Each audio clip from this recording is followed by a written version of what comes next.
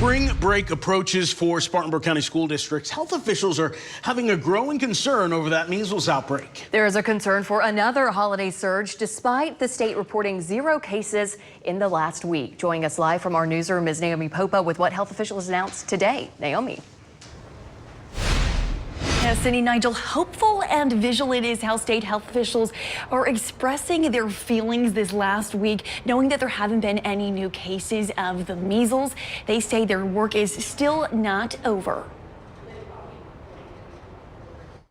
The last day that of this outbreak, that we could declare this outbreak over, would be April the 26th. Dr. Linda Bell is the state epidemiologist. She says the Department of Health has taken disease control methods for all of the cases that were reported during this outbreak. Our disease containment strategies, our investigation of cases while they're infectious, and making sure that people remain in isolation, and making sure that people have guidance about being in quarantine also contributes to preventing ongoing transmission in communities. She tells me something else is also helping. We attribute this significant decline in cases to the measles vaccine.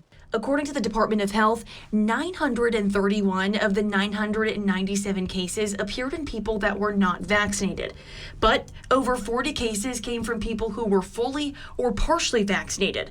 Dr. Bell says the state also considers the fact that there have been nearly 1,000 cases of measles during this outbreak, which means there are 1,000 people in our community who have developed immunity to the measles.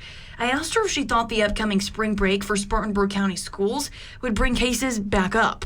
We have communicated with schools in advance of spring break to make sure that we have points of contact, that should cases occur in schools prior to spring break, that we're able to get in touch with schools and find out who may have been exposed so that we can investigate those as quickly as possible. Dr. Linda Bell says that schools are required to report their vaccination coverage within 45 days of the school year. She says many schools are well below the 95% coverage of herd immunity. And as I mentioned, Dr. Bell says their work is still not over. There is still risk, and they're recognizing this, that a measles case can be developed from an external source. Reporting live here in the newsroom, I'm Naomi Popa, WIFF.